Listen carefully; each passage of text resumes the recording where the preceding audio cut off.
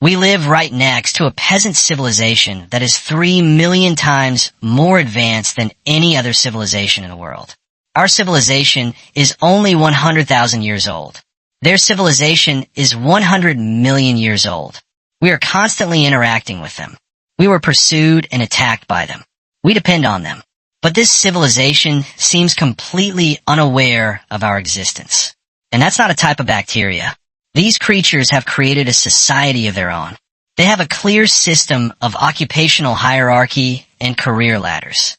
They educate the younger generation, care for their children, and make collective decisions.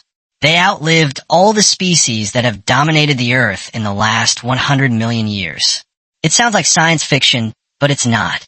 We're talking about bees. Even a child knows what a beehive looks like.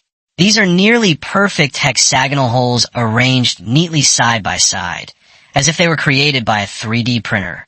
But if you pause for a moment and think, you'll be amazed at how these tiny insects can create such perfect structures. In Texas, USA, in 1999, a homeowner hired a beekeeper to remove a beehive. But 6 months later, the little wasp returned and stayed there for 15 years. By 2014, when the beekeepers were called back, the hive had grown to a height of 6 meters and was estimated to contain between 200,000 and 500,000 bees. Hearing something at 6 meters isn't anything to be surprised about. But remember that the honeycomb is usually only 1.25 centimeters long. If magnified to human size, the Texas beehive would be 816 meters tall for the bees to live for a few more years, and it would even create the tallest biological structure ever built on Earth. In terms of proportion, it surpasses even the Khalifa Tower bee in Dubai. There are over 20,000 species of bees on Earth, more than all the species of birds and mammals combined, which number around 17,400. Honeybees live on all continents except Antarctica. It is estimated that there are approximately 350 million honeybee colonies in the world. Nearly 1/3 of them are men raised by humans for their bile. The population per man ranges from 10,000 to 60,000. Therefore, it's easy to calculate with a calculator that there are between 5 trillion and 21 trillion honeybees in the world. It's equivalent to a ratio of 1 person against 426 to 2,556 men. I'll concede defeat and let my siblings have the upper hand. But wait about 2 seconds, and this is just the number of honeybees. Of the more than 20,000 known species of bees, only a very few are honeybees. Exactly how many thousands of species are there? Can you guess? That's wrong. There are only 8 types. Only 8 out of over 20,000, or 0% of the world's bee species are honeybees. And only 2 of them, Apis mellifera, or the European honeybee, and Apis cerana, or the Oriental honeybee, have been domesticated by humans. If we assume that the population of each of the remaining 99.96% of bee species is around 1 trillion bees, then the world is home to at least 20 quadrillion bees. It's equivalent to 1 person fighting 5 million bees. Ladies and gentlemen, a worker bee weighs approximately 1 G, or 1/37th of tail of gold. 20 quadrillion bees, each weighing an average of 1 G, is equivalent to a staggering 2 billion tons while you're about to start your calculator. Meanwhile, the entire human race of 2 billion people weighs only about 500 million tons. Unless you can withstand 4 times your body weight, bees could literally eat enough flesh to kill humanity. Oh my God, I'm so scared. I have to ban him. A single honey bee can pollinate 5,000 flowers per day. A single honeybee colony can pollinate 300 million flowers in a day, and we have 350 million honeybee colonies globally. But only 8 out of more than 20,000 species of bees know how to make honey. In terms of proportion, the honeybees we encounter daily are a minority, which is unusual, even bizarre, in the world of bees. Well, I guess I can't help it. It's like there's a species of people who live by breathing air. Mr. Honey doesn't make honey for bears or for you and me to eat. They make honey so they can eat it. We and the bear are just freeloaders, scavengers, thieves, or all of those things. Furthermore, he did not make honey from saliva or pollen. He pollinated the flowers correctly. However, bees don't make honey from pollen. Pollen is an important source of protein. Both worker bees and bee larvae feed on pollen. When bees fly through the air, electrostatic charge causes their bodies to counteract positive electrical charge. When bees land on a flower, pollen sticks to their bodies. Bees use stiff hairs to spread pollen into a pollen jar on their hind legs. As bees move from one flower to another, pollen from their bodies falls to pollinate the flowers. Thus, pollination is merely a side effect of his foraging. They didn't do it intentionally. Insect brains are simple enough to focus on the survival of their species rather than helping plants grow. What about honey? This type of liquid, which costs hundreds of thousands of dollars per liter, is not made from pollen but from nectar. Honeybees produce honey by collecting nectar from flowers, breaking it down into simple sugars, and storing it in their hexagonal cells. Beforehand, bees suck nectar into the first chamber of their stomach where enzymes break down sucrose into glucose and fructose. Other enzymes break down glucose into gluconic acid and hydrogen peroxide. Gluconic acid increases the acidity of nectar, inhibiting bacterial growth. And if you're feeling a bit familiar with the smell of hydrogen peroxide in the room, that is actually hydrogen peroxide solution used for disinfection. Honey is acidic and contains antibacterial properties, so it doesn't spoil easily. In fact, archaeologists have found honey thousands of years old in ancient Egyptian tombs, and it was still delicious. When a bee's stomach is full, it will return to the hive and regurgitate nectar into the mouth of another worker bee. This process is repeated, with each bee adding more enzymes to break down the nectar. Finally, the honeybees enter the honeycomb cells and use their wings to fan the air, evaporating the water and causing the nectar to thicken. Honey contains a lot of sugar and very little water, about 80% sugar and 18% water. If unfortunate bacteria were to fall into honey, osmotic pressure would cause water to be drawn out of the bacterial cells. This causes them. After the flowers have dried and the honeycomb cells are full, the bees will seal them with honeycomb foil for preservation. Thus, it can be seen that honey is essentially a type of nectar that has been refined by bees, with added preservatives and then dried. Like nectar, pollen also spoils very quickly if not processed. He processed fresh pollen into honey cakes. They do this by mixing 7 parts fresh pollen with 3 parts nectar and saliva. The mixture is contained within the combs and covered with a thin layer of honey. After a few weeks, bacteria, yeast, and enzymes of bee saliva ferment pollen and nectar into a superfood consisting of protein, simple sugars, essential amino acids, and omega fatty acids. In fact, honeycomb also has another name, Leia. It means food of the gods. For honeybees, pollen is the staple food of summer, while honeycomb and honey are their winter rations. Those kinds of dried food rations are rare for my sister's child. The question is, why are only 8 out of more than 20,000 species of bees capable of making honey? Or more precisely, why do 8 species of honeybees need to make honey? While the reality proves that not making honey is the optimal survival strategy, because 96% of the bee species that exist today don't need that dead honey. It turns out that, with the exception of a few species of honeybees, most bee species are solitary or semi-social. Their population is small, and they simply don't need much food. Honeybees have so many mouths to feed that they absolutely must ensure food security so the colony can survive the winter. The bee is overexcited. They typically produce 2 to 3 times the amount of honey they need to survive. As long as there is enough nectar, the honeybee will make honey forever.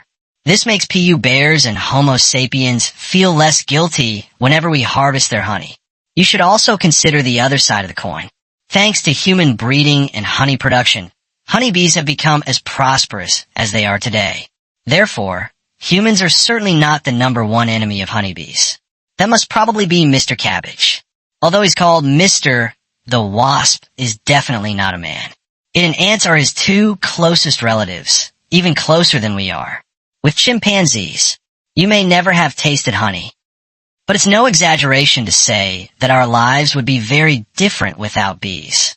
Appearing at the beginning of the Cretaceous period, about 100 million years ago, he and the ant together became the most successful social insects in evolutionary history.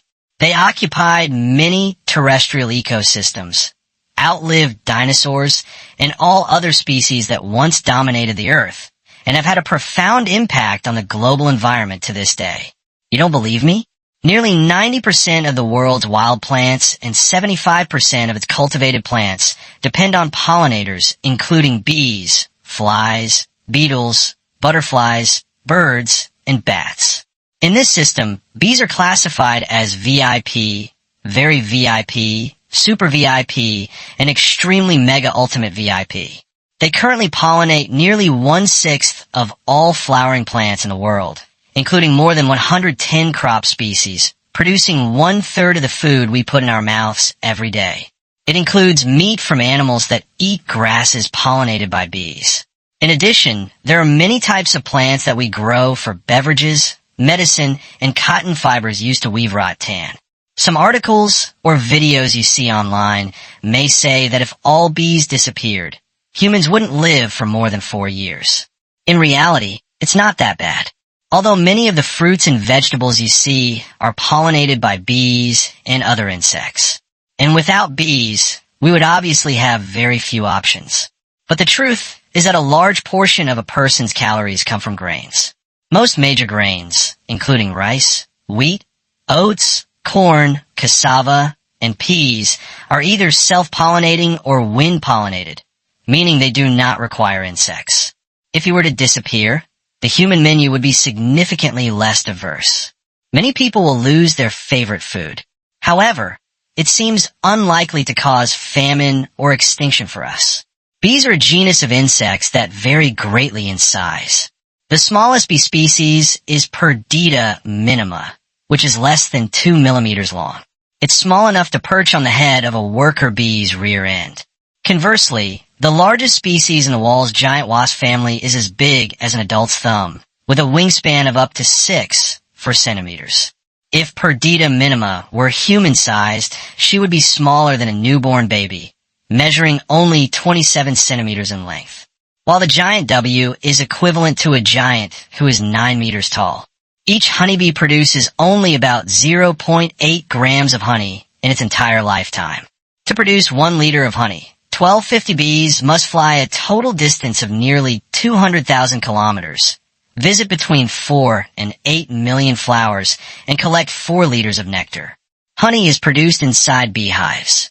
Each beehive is like a small factory. The workers in these factories are worker bees. Like worker ants make up about 98 to 99% of a man's population.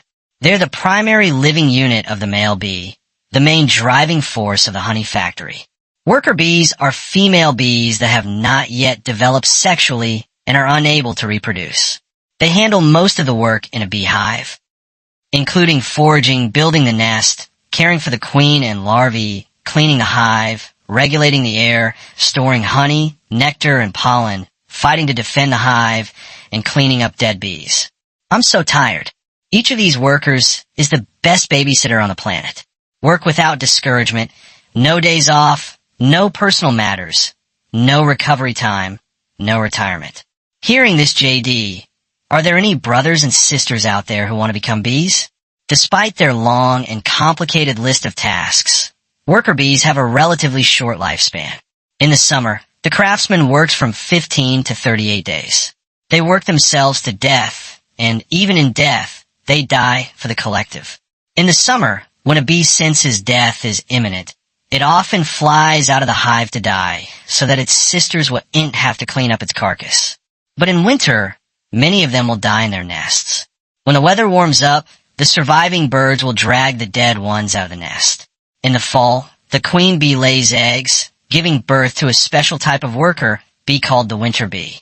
Winter bees are heavier, have larger abdomens, fatter bodies, and a longer lifespan of 4 to 6 months. Their job was to keep the men alive until spring.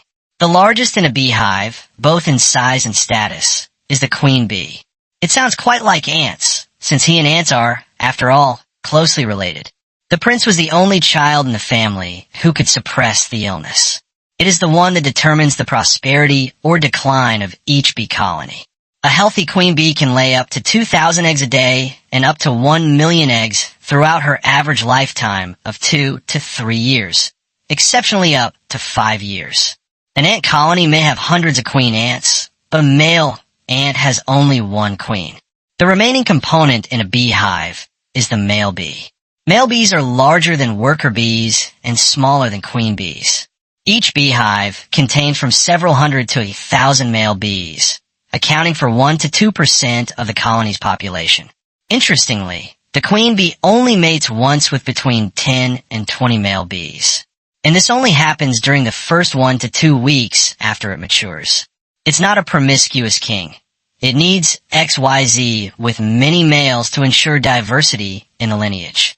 After a week of mating, the king will stockpile between 2 and 7 million healthy sperm to use throughout his lifetime. Sadly, the vast majority of males will never have the chance to touch the queen, but from a certain perspective, not being able to mate with her might actually be a blessing. Apart from the relatively cinematic mating scene at an altitude of 10 to 40 meters when both are at full speed, the fate of the male bee after the mating is not very good. During mating, a male bee will mount the queen bee and transfer all the plasma in its body to the female bee, who will henceforth be called uncle. The thrust is so powerful that it makes a sound audible to the human ear, literally shattering the male's penis, tearing its belly to shreds, and often causing the male to die immediately after its first thrust. The next male bees will approach the queen, detach the part of his penis still attached to her body, only to repeat the fate of the unfortunate bee. And if, by some miracle, the bee survives after mating, it will be driven out of the hive for having fulfilled its mission. Get the hell out of here. Get the hell out of here. The sole purpose of a male bee's life is to mate. They don't work, they don't go nectar gathering or pollen collecting, they don't know how to make honey, and they can't use fire to fight and defend their nests. But they gobble up the honey, spending their entire lives crawling and draining the resources of the hive. These cavities are not ordinary cavities, but rather chief cavities. A single bee can consume as much as 3 worker bees, even though it does absolutely nothing for the world.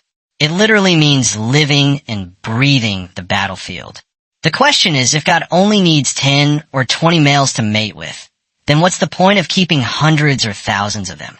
As mentioned earlier, the mechanic was completely overwhelmed. During times of economic prosperity, they kept hundreds of male predatory bees for display and to ensure that any new queen bee that appeared would always have a ready supply to serve. However, during economic downturns or in winter when food is scarce, the worker beekeeper will drive the male bees out of the hive, leaving them to starve or freeze to death. You worthless piece of trash, go get the hell out of here. To say that would be unfair and unjust to Mr. Duck. And indeed, his life was full of hardships. They have a grandfather, but no father. He was born with a congenital condition of infertility. Therefore, they only inherit one set of chromosomes from their mother, the queen. This means they have neither a father nor a grandfather. However, the egg hatched and the prince was conceived. Therefore, the Lord's father was also the maternal grandfather of the male figure. Hey, you're screwed. What's wrong? If I heard correctly, it was the queen bee and her offspring, right? What is it? Who said that? During mating season, usually in late summer, male bees will fly to an area called the male bee confluence, where, as the call suggests, male bees from neighboring colonies will gather hoping to be favored by the queen. Interestingly, the male doesn't usually fly as far as the female. In this way, the queen will avoid mating with males from her own nest. Although the queen bee appears to be the leader and ruler of every 7 bees, power seems to belong to the largest force in the colony, the worker bees. In fact, any fertilized egg can hatch into a queen bee. However, Choosing which fruit to raise and which larvae to nurture into a new queen bee depends entirely on the collective will of tens of thousands of worker bees in each colony. The prince did not have the right to choose his successor. Unlike kings of old, when a queen's reproductive performance slows down due to injury or old age, the entire herd senses a decrease in her hormone levels and prepares to raise a new queen. They select 10 to 20 newly hatched female larvae and feed them royal jelly. Please allow me to add a side note. The queen bee lays 2 types of eggs. While unfertilized eggs hatch into male bees, both worker bees and queen bees hatch from fertilized eggs. The only difference lies in the diet. Worker bee larvae are fed primarily on honeycomb and honey. Meanwhile, queen bee larvae are fed primarily with royal jelly. Royal jelly is secreted from glands in the hypopharynx of worker bees and is a protein oil. It helps the larval ovaries develop fully, allowing them to become queen bees. Without royal jelly, worker bees will never become queen bees. Queen bee larvae are larger than other worker bees and are raised in special cells called queen cells. When the larvae are ready to pupate, the worker bees will cover the cooling cells. The first larva to mature will emerge from the hole, killing all the surrounding larvae. The sisters will compete mercilessly for its crown. Then, he will become the new lord.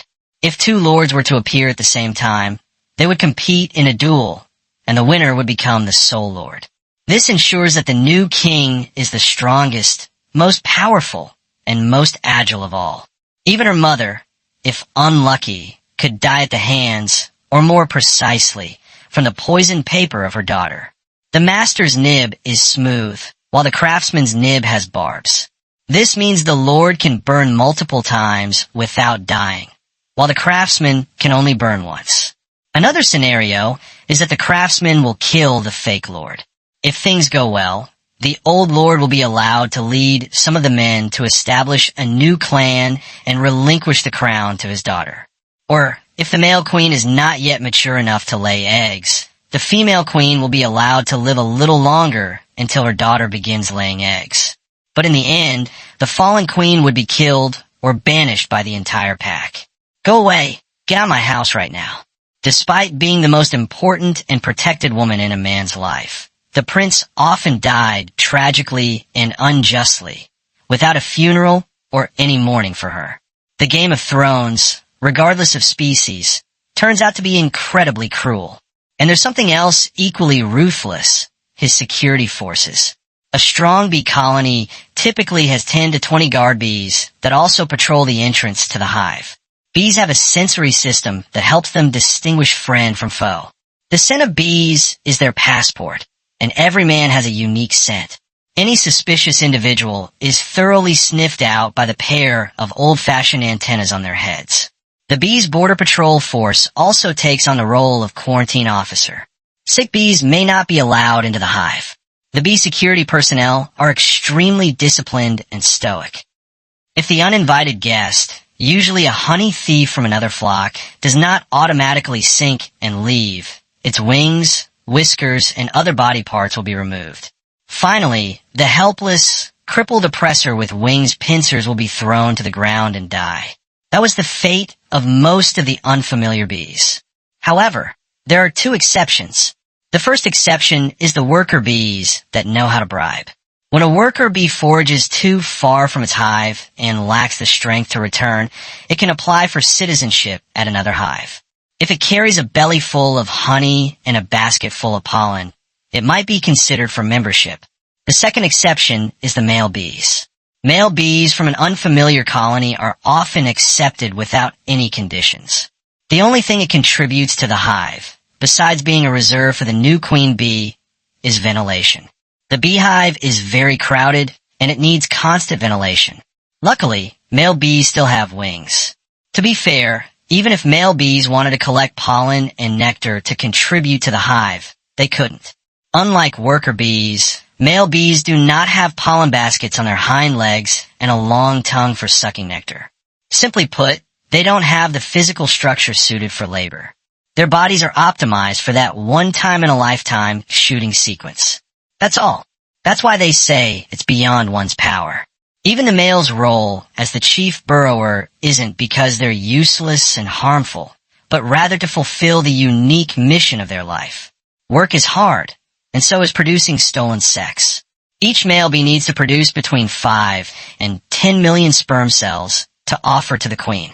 Even its hovering in the air throughout the summer isn't due to laziness.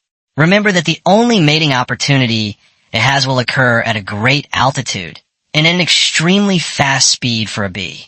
Literally, he's practicing dimming every day to increase his stamina, flying skills, and the probability of mating with its lord. The mechanic has another powerful weapon, and quite a few viewers of this video have already experienced its effects. Yes, a chisel. The bee's stinger is about 2 millimeters long. If it were human-sized, its nib would be 27 centimeters long. And would you still think that's short? The stinger of the worker bee has barbs that cause it to get stuck in the skin of most victims. After piercing the skin with its stinger, the bee instinctively tries to fly away. At this point, the stinger, along with a sac of poison and a section of intestine, was pulled out of his son's stomach. Even when disconnected from the rest of the body, the bee's venom sac continues to contract for a period of time to inject venom into the enemy's body. A horrifying sight if you try to magnify it to human size. That's because each injection often comes at the cost of a life. The guard typically reserves his ultimate weapon for the greatest threats, both literally and figuratively. When a wasp stings someone, it releases a complex pherine called isoamine acetate, which smells like ripe bananas or banana oil. This scent is like a general mobilization order, launching an attack from all men. In other words, the hunter marks the target with its very life, because burning meant imminent death for a bee. Once the signal is given, all the workers will temporarily become suicide fighters to defend their nest. They position themselves in different locations around the entrance and outer perimeter of the nest, lifting their bellies and raising their quills to assume a fighting stance. At the same time, they also release additional alarm phenons. Very quickly, the fighting force increased exponentially. For someone without allergies, a bee's sting, aside from causing pain and discomfort, is almost harmless. On average, a normal person does not have allergies. It can withstand 22 stings per kilogram of body weight. Therefore, an average adult can withstand over 1,000 bee stings, while a child can die from 500 stings. But for those with a pearl bee allergy, just one sting is enough to trigger anaphylactic shock, which can be fatal. Even more concerning, this type of allergy is not uncommon. Statistics show that between 0, 3% and 7% of the population is allergic to bee venom, depending on the region. But in reality, bees are gentler than you think. If you don't bother the bees, they won't bother you, and male bees can't even harm you, even if they wanted to, because they lack venom or even a stinger at the tip. We have praised the perfect beauty of the beehive. Do you know how he built their nests? And why did they choose the hexagon out of all the shapes in the universe? Beehives are made from beeswax. The wax glands of bees are located in the 4 ventral segments of the female body. The wax is secreted in liquid form and hardens into soft, triangular flakes upon contact with air. Then, the bees pick up these wax scales with their leg hairs, bring them to their mouths, chew them, and knead them into soft wax pellets. To make the wax softer and more pliable, bees maintain the temperature of their hive between 32 and 35 degrees Celsius. When scientists studied hive structures, they found that the hexagon, among all the shapes that can be created in 3-dimensional space, is the most efficient shape for constructing a structure of many cells of the same size arranged side by side, like a beehive. Hexagonal honeycomb structures use the least amount of material because their sides are smaller compared to triangles or squares of the same area, while maximizing the internal volume of each cell. If circles are used, they will leave a lot of unused space between the cells. But that doesn't mean he ran computer simulations or performed complex mathematical calculations to select the hexagon. Conversely, he was actually trying to build a hexagonal nest, but rather a circular one, or more precisely, a cylindrical one. It is the laws of physics of the universe that give them their hexagonal shape.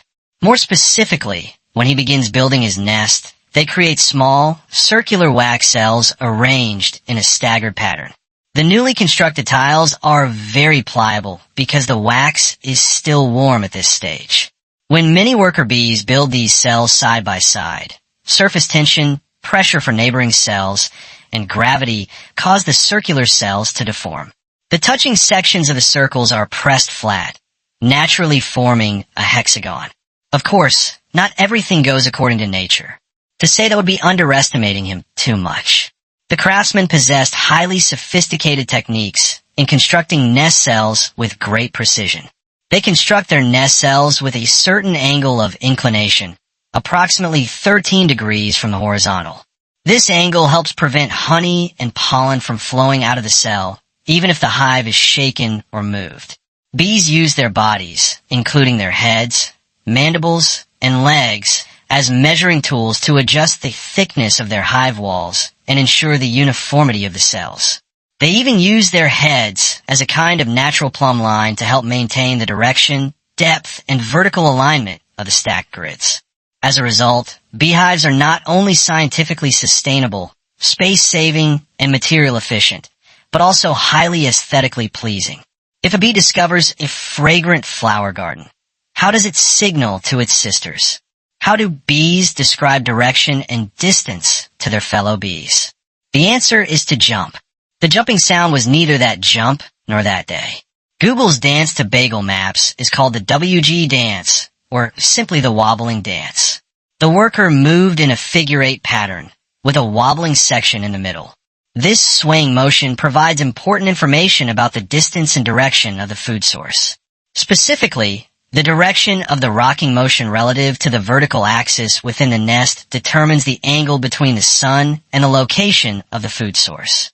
If the swaying motion is pointing straight up, then the food source is in the same direction as the sun. If the orientation is tilted to the left or right, then the garden's orientation will be tilted to the left or right of the sun, respectively. The time it takes for a bee to shake its tail indicates how far it can fly to its food. The longer it shakes, the more tired its tail gets, or in other words, the farther it can fly. On average, one leg swing covers a distance of approximately 1 kilometer per day. If she wiggles her butt for 10 seconds, then their sisterly bond must be incredibly strong. His son often repeats this cycle a few times after he hasn't even had a chance to watch it yet. He generally has very good eyesight, and ideally, he'd be a male bee. My eyes are a little blurry these days. Damn it, they're probably trying to catch a glimpse of God. He has 5 eyes. Slipper, 5 eyes. 2 large compound eyes on either side, and 3 smaller eyes on top of the head. Each compound eye of the kingfisher contains between 3,000 and 4,000 smaller eyes. While the worker bird has around 7,000, the male bird has between 800 and 11,000 eyeballs on each side.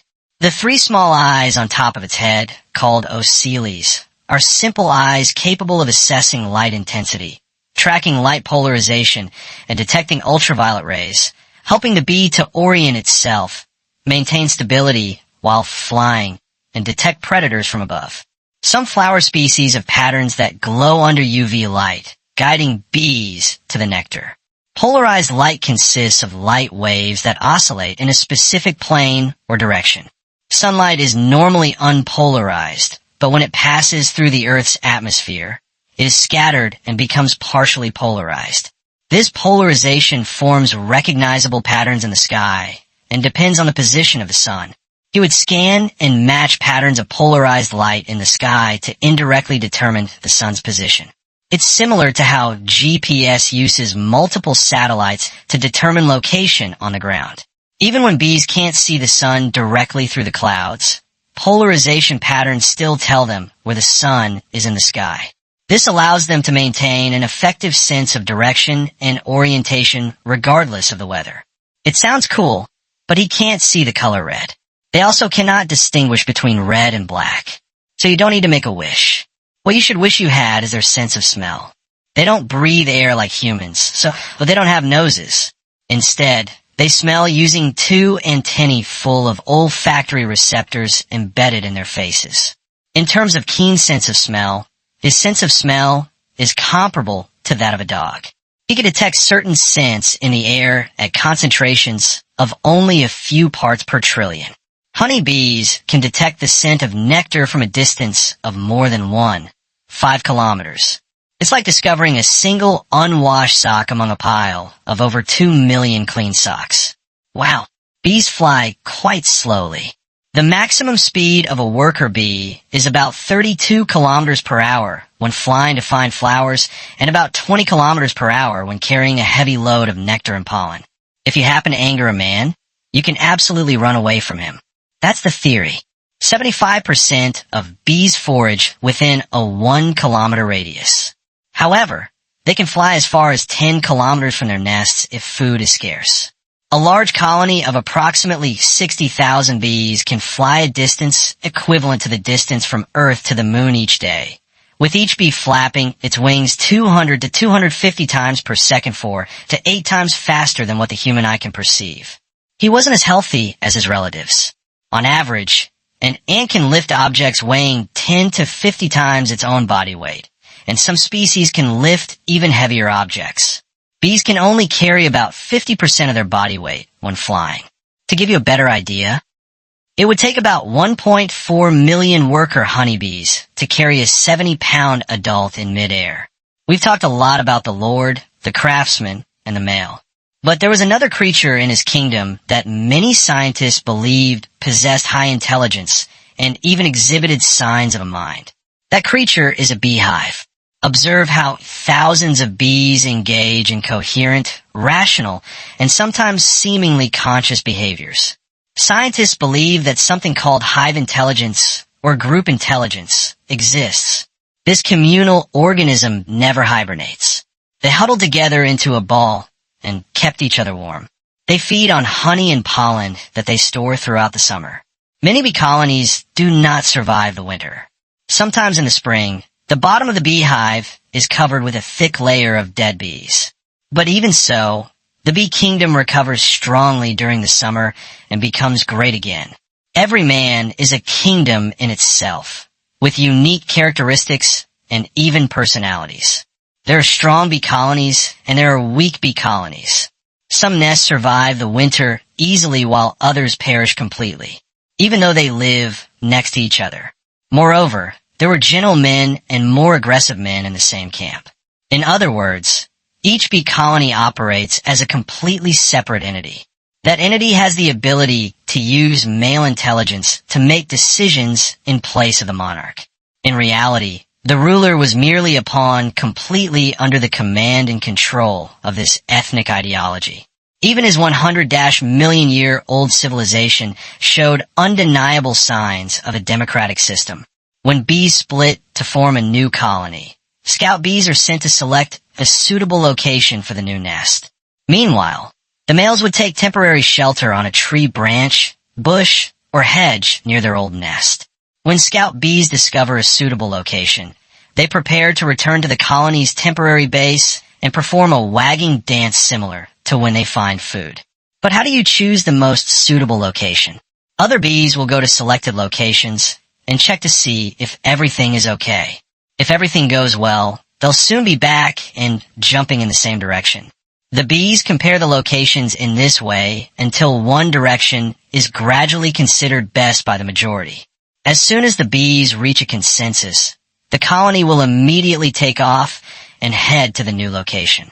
And if that's not true democracy, then what is it? While the relocation of the capital is understandable, other consensual decisions of the bee kingdom still baffle us. For example, in 2006, it was observed for the first time that the majority of worker bees in a colony suddenly disappeared, leaving behind the queen, some worker bees, and young bees, even though there was enough food inside for the winter. This is called herd collapse disorder, and nobody knows the reason behind it, although we claim to have domesticated honeybees. It's clear that these creatures still have many secrets to hide from us. Ultimately, they may not see us as masters like dogs, cats, and most of the animals we domesticate. They may not see us as living beings. Wait a minute. Remember that we have only existed for a few 100,000 years, and civilization has only begun a few thousand years ago, while they have existed for over 100 million years. Perhaps, to them, we are merely a strange and ephemeral phenomenon of nature that has just begun and will soon end, like the dinosaurs that were once so boisterous and dominant. So, you have now watched the video about his kingdom, a 100-million-year-old civilization made by real facts. If you have any other comments you'd like to add, please leave them below. But always remember to give us a like if you enjoyed this video. Subscribe to the channel and ring the bell to regularly discover the world of animals. And now, goodbye and see you again.